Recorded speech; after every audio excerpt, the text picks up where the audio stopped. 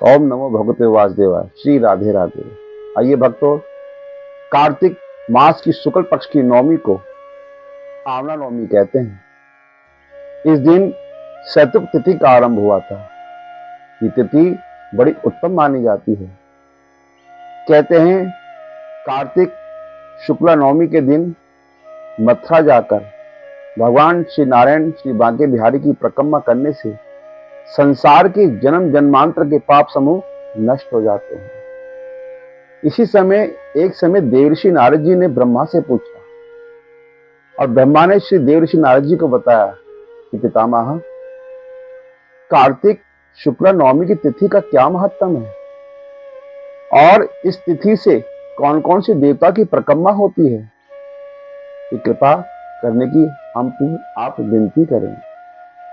तो ब्रह्मा जी बोले कि हे देवर्षि नारद, भगवान देवी की एक, सूर्य भगवान की 7, अग्नि देवता की 7, गणेश जी की 3, शिव जी की आदि, पितरों की 3 और भगवान नारायण विष्णु की 4 परिक्रमा होती है।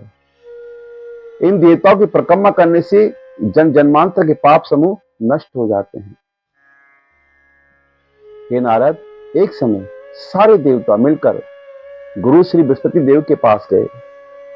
हाथ जोड़ के विनती करी, गुरुदेव, ये ब्रह्मकाल से पहले सृष्टि कैसे थी, कृपा करके आप हमें बतलाइए। तब बृहस्पति देव बोले, ये तो हमें भी नहीं पता। अभी तक 6 मनवंतर बीत चुके। हाँ, इस पृथ्वी पर एक सुदामा नाम का ब्राह्मण है जिसको ब्रह्मकाल से पहले की सारी बातें याद हैं। देवता हैरान हो गए, आपको नहीं पता, हमें नहीं पता, उस ब्राह्मण को कैसे पता।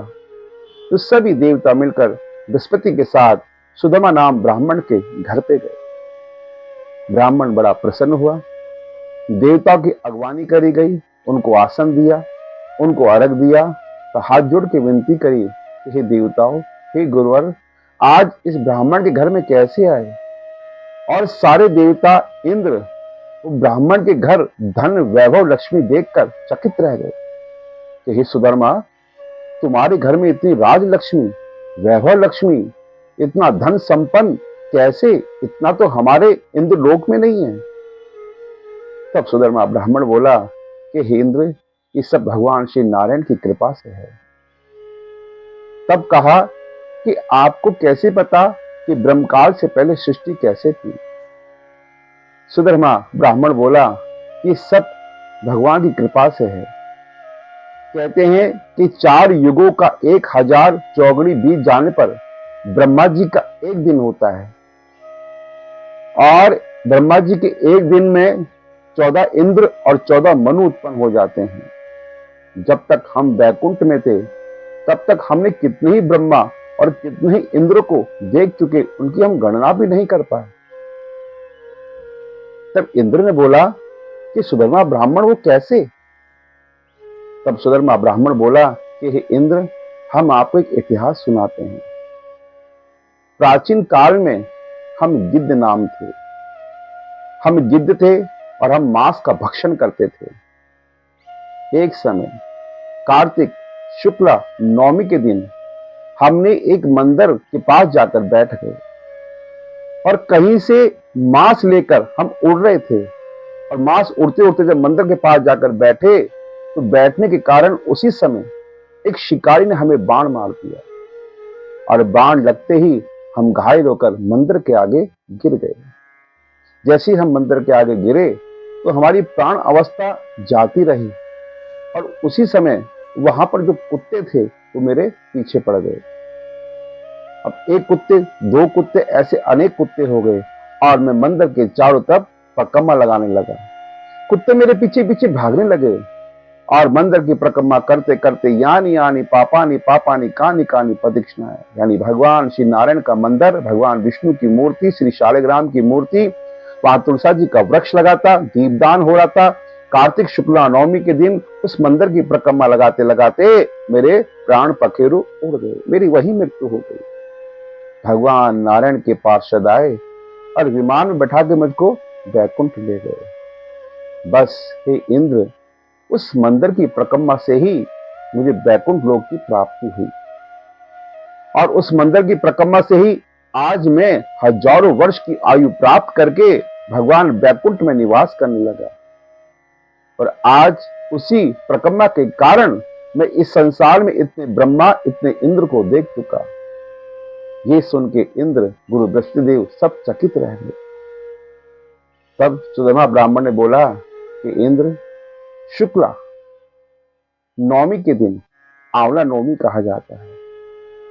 इस दिन भगवान श्री नारायण का ध्यान करके आंवले के वृक्ष में दीपदान करना चाहिए, क्योंकि आंवले की टहनी पर लक्ष्मी का वास होता है। ऐसे करने से लक्ष्मी की कृपा घर में बनी रहती है।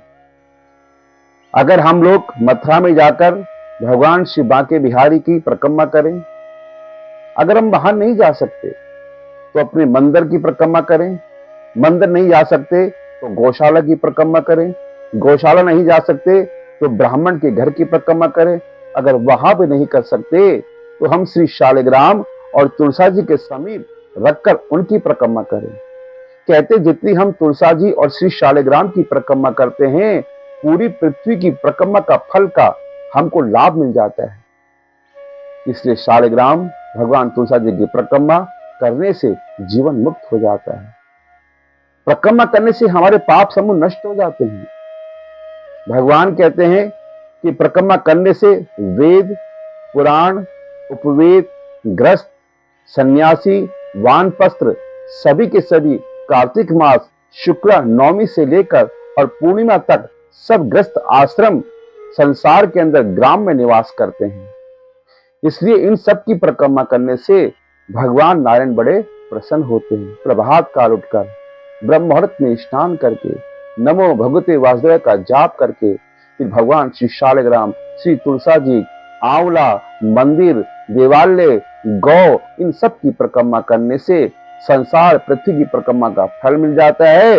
और इन परिक्रमा के प्रभाव से जिस प्रकार गिद्ध वैकुंठ में हजारों वर्ष तक उसने वास किया, इसी प्रकार हमको भी वैकुंठ में वास मिलता है और हमारी मुक्ति हो जाती है। इसलिए भक्तों, सभी को कार्तिक शुक्ल नवमी के दिन से भगवान की परिक्रमा करनी चाहिए और पूर्णिमा आशी तक ऐसी परिक्रमा को आरंभ रखने से हमें भगवान की भक्ति, लाभ और मां भगवती की लक्ष्मी की कृपा की प्राप्ति होती है और अंत में वैकुंठ की प्राप्ति होती है। बोल श्री लक्ष्मीनारायण भगवान की जय। श्री राधे राधे।